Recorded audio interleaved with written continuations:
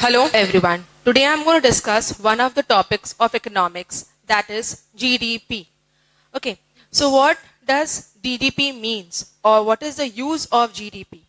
GDP is a best parameter to measure the economic activity or the economic performance of a country in a given time frame.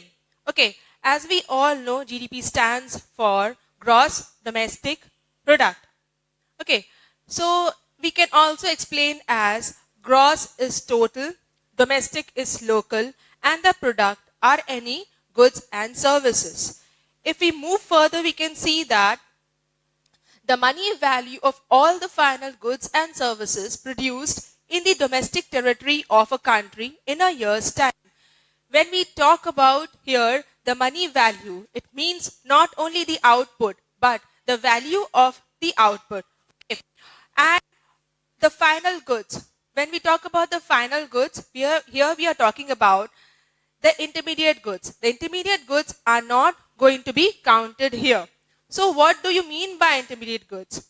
Intermediate goods, for example, if we take the example of wheat. Okay. So why is the quantity of wheat produced? One portion of this wheat is sold in the market as the final product or the final goods, and the other portion of this wheat is used for further production or further processing, that is for bread, biscuits, etc.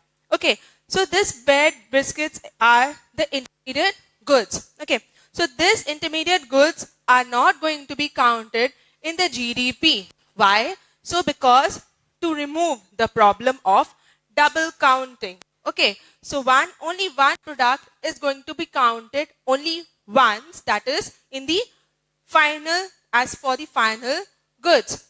Okay, now if we talk in the terms of GDP of India, so GDP of India means like, that is also like the value of any goods or services rendered in India within a given time frame.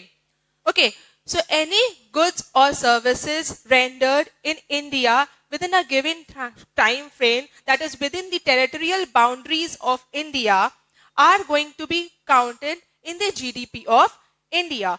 For example, if we take the example of US, any goods or services which is being produced outside India, for example US, that is not going